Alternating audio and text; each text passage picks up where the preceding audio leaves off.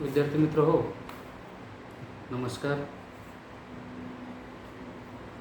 आजच्या या तासिकेमध्ये आपण BA तृतीय वर्ष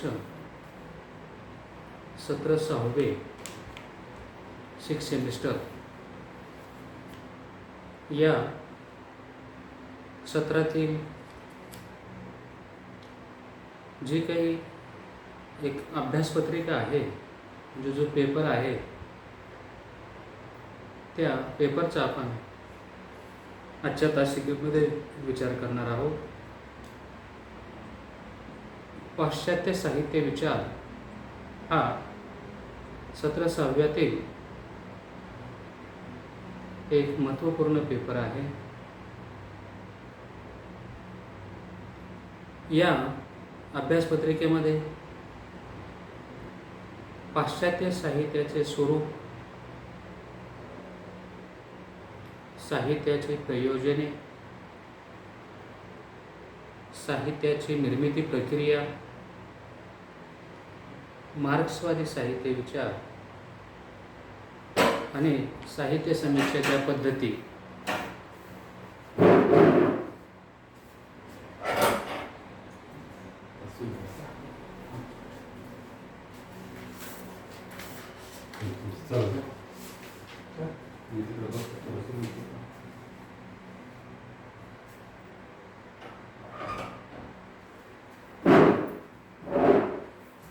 आणि साहित्य समीक्षेच्या पद्धती या प्रमुख घटकांचा विचार आपणास करावयाचा आहे.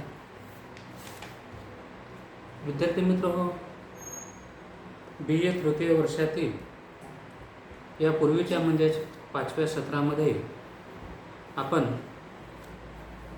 याच अभ्यासपत्रिकेच्या अनुषंगाने जी साहित्य विचार या नावाची अभ्यासपत्रिका आहे, या साहित्य विचार या अभ्यासपत्रिकेमध्ये आपण 5व्या सत्रामध्ये भारतीय साहित्य विचार हा आपण अभ्यासला होता. तुम्ही याची परीक्षाही दिलेली आहे आणि आता आपण नंतर जे सत्र 6वं आहे, त्या सत्र 6व्यातील याच घटकाच्या अनुषंगाने भारतीय साहित्य विचारातीलच घटकाशी अनुरूप असणारा पाश्चात्य साहित्य विचार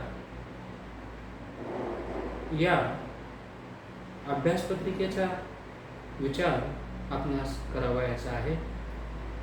विद्यार्थी मित्रांनो, ज्या पद्धतीने सत्र 5व्यामध्ये भारतीय साहित्य विचार ही अभ्यासपत्रिका पाहत असताना यातील एकूण 4 घटकांचा विचार आपण केलेला होता. या 6व्या सत्रामध्ये याच घटकाच्या अनुषंगाने फक्त भारतीय साहित्य विचाराच्या ऐवजी पाश्चात्य साहित्य विचार या घटकाशी निगडीत जे काही विद्यापीठाने महत्त्वपूर्ण घटक अभ्यासक्रमासाठी दिलेले आहेत, त्याचा विचार आपणास करावयाचा आहे. 6व्या सत्रामध्ये जो पाश्चात्य साहित्य विचार या नावाने ही अभ्यासपत्रिका आहे, यामध्ये एकूण 5 घटक आपल्या अभ्यासक्रमासाठी नेमण्यात आलेले आहेत आणि 6व्या सत्राची जी अंतिम परीक्षा होईल, त्यामध्ये या 6 घटकाच्या अनुषंगाने तुम्हाला ही प्रश्नपत्रिका येईल. त्या दृष्टिकोनातून जो महत्त्वपूर्ण भाग आहे, महत्त्वपूर्ण घटक आहे, याविषयीची चर्चा आपणास या 6व्या सत्रामध्ये करावयाची आहे. विद्यार्थी मित्र हो, हे जे एकूण 5 घटक आहे, त्यातील प्रारंभिक ओळख आजच्या तासिकेमध्ये आपण करणार आहोत, पाहणार आहोत. यामध्ये घटक क्रमांक 1 हे साहित्याचे स्वरूप हे आहे. या ठिकाणी आता साहित्याचे स्वरूप पाहत असताना पाश्चात्य साहित्य विचार हे आपल्या अभ्यासपत्रिकेचं नाव आहे.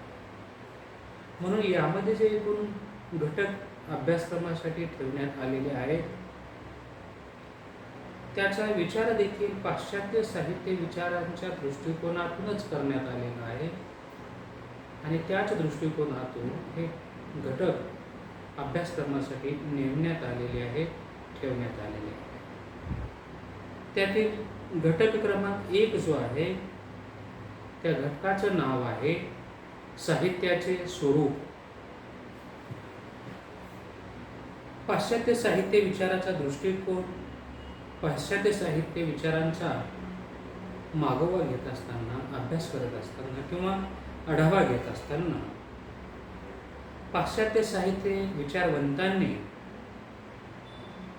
ज्या काही साहित्याच्या व्याख्या केलेल्या आहेत त्या व्याख्येच्या आधारे पाश्चात्य विचारवंतांनी, पाश्चात्य अभ्यासकांनी जे साहित्याचे स्वरूप सांगितलेले आहे त्याचा विचार आपणास करावायचा आहे. यामध्ये अनेक महत्त्वपूर्ण साहित्यिक आहेत, पाश्चात्य विचारवंत आहेत. त्यांनी साहित्याचं स्वरूप समजावून सांगितलेलं आहे. यामध्ये ज्या काही व्याख्या करण्यात आलेल्या आहेत त्यामध्ये हॅझलिट, रस्किन,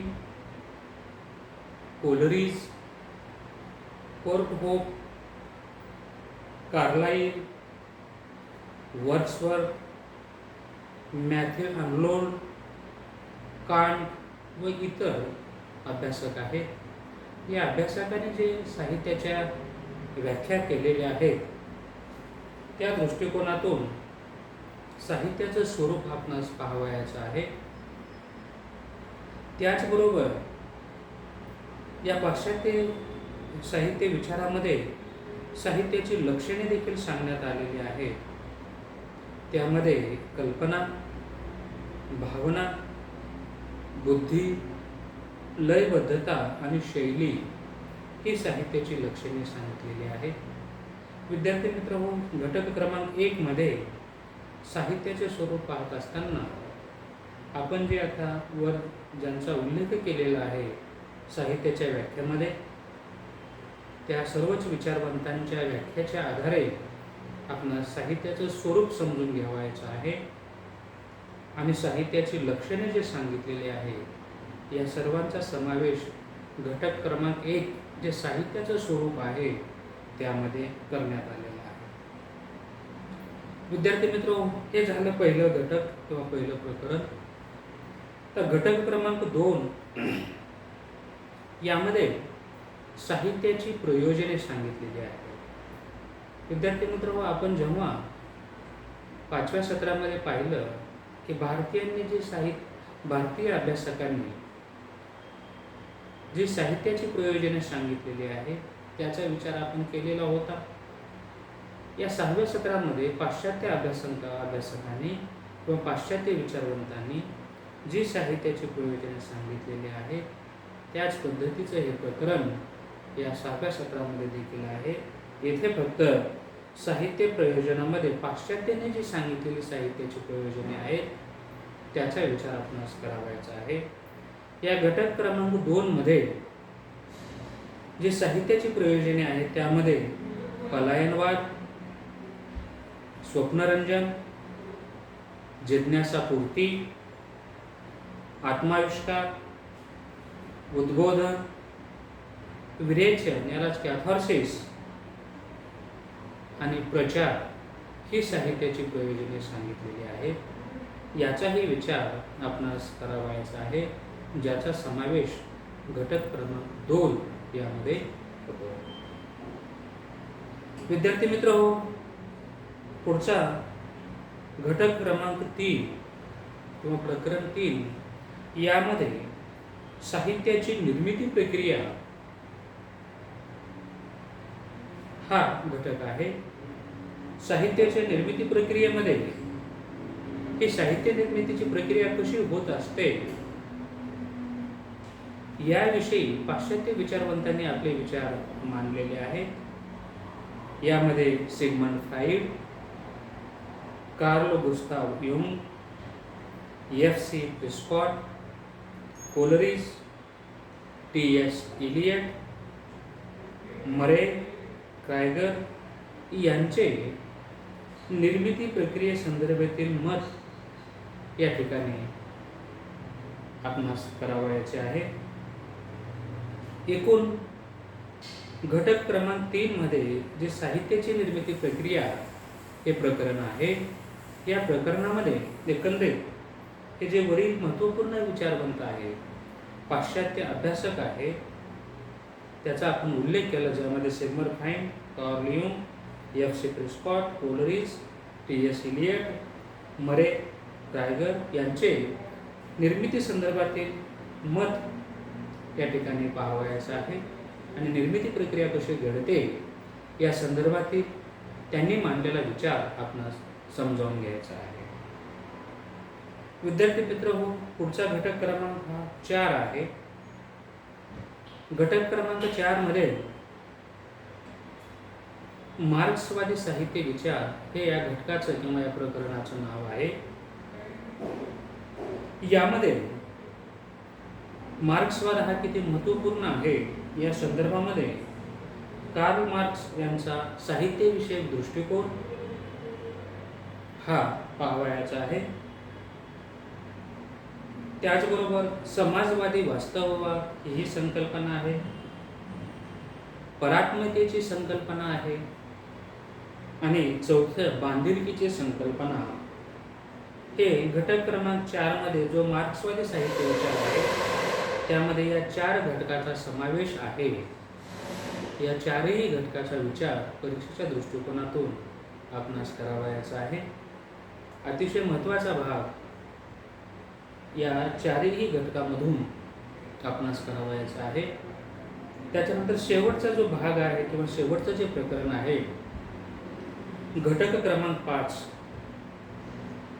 त्यामध्ये साहित्य समीक्षेच्या पद्धती असं या प्रकरणाचं नाव आहे. साहित्य समीक्षेच्या पद्धतीमध्ये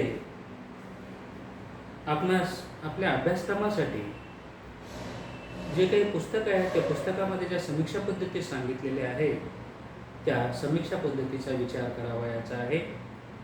यामध्ये मानसशास्त्रीय समीक्षा पद्धती, चरित्रात्मक समीक्षा पद्धती, समाजशास्त्रीय समीक्षा पद्धती, रूपनिष्ठ समीक्षा पद्धती, ऐतिहासिक समीक्षा पद्धती, मार्क्सवादी समीक्षा पद्धती या घटकांचा समावेश या प्रकरणामध्ये होतो. विद्यार्थी मित्र हो, एकूण 5 प्रकरणांचा विचार किंवा 5 घटकांचा विचार आपणास या अभ्यासपत्रिकेमध्ये करावयाचा आहे. एकंदरीत हे जे 6वं सत्र आहे या 6व्या सत्रामध्ये एकंदरीत आपल्या अभ्यासक्रमासाठी जे नेमण्यात आलेले महत्त्वपूर्ण घटक आहेत त्याचा आढावा किंवा त्यांची प्रारंभिक माहिती आजच्या तासिकेमधून आपण घेतलेली आहे. विद्यार्थी मित्र हो, साहित्य विचार हा जो पेपर आहे किंवा जी अभ्यासपत्रिका आहे त्यामध्ये 2 प्रकारची विभागणी केलेली आहे. त्यातील 5व्या सत्रामध्ये असणारा भाग आणि 6व्या सत्रामध्ये असणारा हा भाग पूर्णतः वेगळा आहे. 5व्या सत्रामध्ये आपण संपूर्णतः भारतीय साहित्य विचार आपण समजून घेतलेला आहे आणि 6व्या सत्रामध्ये पाश्चात्य साहित्य विचार जो आहे तो आपण समजून घ्यावयाचा आहे. या पाश्चात्य साहित्य विचारामध्ये जे एकूण 5 घटक आहेत त्याची ओळख आजच्या तासिकेमध्ये आपण करून घेतलेली आहे. विद्यार्थी मित्र हो, या अभ्यासक्रमासाठी अनेक महत्त्वपूर्ण असे ग्रंथ, संदर्भ ग्रंथ आहे, त्या आधारेही आपण याचा अभ्यास करू शकता. विद्यापीठाने जे काही महत्त्वपूर्ण पुस्तके संदर्भ ग्रंथ म्हणून दिलेली आहेत त्याची यादीही या ठिकाणी मी सांगेन. त्याचाही आधार घेऊन आपण या ठिकाणी अभ्यास करू शकता, ज्यामुळे प्रत्येक घटक हा आपणास समजण्यासाठी सहज आणि सोपा होऊ शकतो. त्यामध्ये भारतीय साहित्य विचार हा डॉक्टर ग. देशपांडे यांचा महत्त्वपूर्ण ग्रंथ आहे. प्राध्यापक जोग राजश्री यांचा अभिनव काव्य प्रकाश आहे. डॉक्टर देशपांडे गरत्रयम यांचा भारतीय साहित्य विचार आहे. प्राध्यापक कुलकर्णी वाल यांचा साहित्य स्वरूप आणि समीक्षा हाही महत्त्वपूर्ण ग्रंथ आहे. त्यानंतर गाडगीळ स.रा. यांचा काव्यशास्त्र प्रदीप हाही एक महत्त्वपूर्ण ग्रंथ आहे. बेडेकर दी.के. यांचा साहित्य विचार हाही महत्त्वाचा ग्रंथ आहे. याशिवाय कुलकर्णी अ.वा. यांचाही साहित्य विचार या नावाचा ग्रंथ आहे. पाटणकर राभा यांचा सौंदर्य मीमांसा हाही एक महत्त्वपूर्ण ग्रंथ आहे. प्राध्यापक रसाळ सुधीर यांचा कविता आणि प्रतिमा याचाही उल्लेख या ठिकाणी केलेला आहे. श्री के. क्षीरसागर यांचा टीका विवेक. प्राध्यापक भालचंद्र खांडेकर यांचा पाश्चात्य साहित्य विचार. डॉक्टर धायगुडे सुरेश यांचा पाश्चात्य साहित्यशास्त्र सिद्धांत आणि संकल्पना याचाही उल्लेख आहे. जोग वि.स. यांचा मार्क्सवाद आणि मराठी साहित्य विचार. प्राध्यापक मारवाडे नरेंद्र यांचा साहित्यशास्त्र. प्राध्यापक इंद्रजित भालेराव यांचा भारतीय साहित्य विचार. प्राध्यापक हनुमंत माने, प्राध्यापक शिवानंद गिरी यांचा साहित्यशास्त्र हा एक महत्त्वपूर्ण ग्रंथ आहे. त्याचबरोबर साहित्य शोध आणि आस्वाद हा डॉक्टर नागनाथ हेगे यांचा ग्रंथ आहे. साहित्य व सामाजिक संदर्भ हा राग जाधव यांचा एक महत्त्वाचा ग्रंथ आहे. डॉक्टर नागनाथ कोतापल्ले यांनी संपादित केलेला साहित्य आणि समाज हाही महत्त्वाचा ग्रंथ आहे. मराठी साहित्य, समाज आणि संस्कृती हा डॉक्टर आनंद यादव यांचाही महत्त्वपूर्ण ग्रंथ आहे. आधुनिक मराठी वाङ्मयाची सांस्कृतिक पार्श्वभूमी हा प्राध्यापक दत्ता भगत यांचाही महत्त्वाचा प्रसंग ग्रंथ आहे. डॉक्टर केशव तुपे यांचा साहित्याचे सांस्कृतिक संचित हा एक महत्त्वपूर्ण ग्रंथ आहे. असे अनेक महत्त्वपूर्ण ग्रंथ आहेत ज्या ग्रंथाच्या माध्यमातून आपणास एकूणच साहित्य विचार हा घटक समजण्यासाठी मदत होऊ शकते. यापैकी कोणत्याही ग्रंथाचा आपण अभ्यास करू शकता किंवा विद्यापीठाने एक महत्त्वपूर्ण ग्रंथ जो साहित्य विचार या नावाने तयार केलेला आहे त्यामध्ये भारत खंडेबाग, डॉक्टर हनुमंत माने, डॉक्टर राजकुमार यल्लावाड यांनीही एक साहित्य विचार या नावाचा ग्रंथ तयार केलेला आहे. त्यामध्येही अतिशय सहज सोप्या भाषेमधून एकूणच साहित्य विचार समजावून दिलेला आहे. विद्यार्थ्यांना सहज सोप्या भाषेमध्ये आकलन होईल अशा स्वरूपाची ग्रंथ निर्मिती केलेली आहे. आपण या आधारे एकूणच साहित्य विचार समजून घेऊ शकता. आपणास या सत्रामध्ये पाश्चात्य साहित्य विचार हा घटक पाहावयाचा आहे. यामध्ये जे आपण आजच्या तासिकेमध्ये एकूण ज्या 5 घटकांची चर्चा केलेली आहे त्याचा विचार आपणास करावयाचा आहे, त्याचा अभ्यास आपणास करावयाचा आहे. या पुढील तासिकेमधून आपण एक एक घटक समजावून पाहणार आहोत. आजच्या तासिकेमध्ये एकूणच प्रारंभिक जे काही अभ्यासपत्रिकेचं स्वरूप आहे ते आपण समजून घेतलेलं आहे. आजच्या तासिकेमध्ये आपण इथेच थांबूया. धन्यवाद.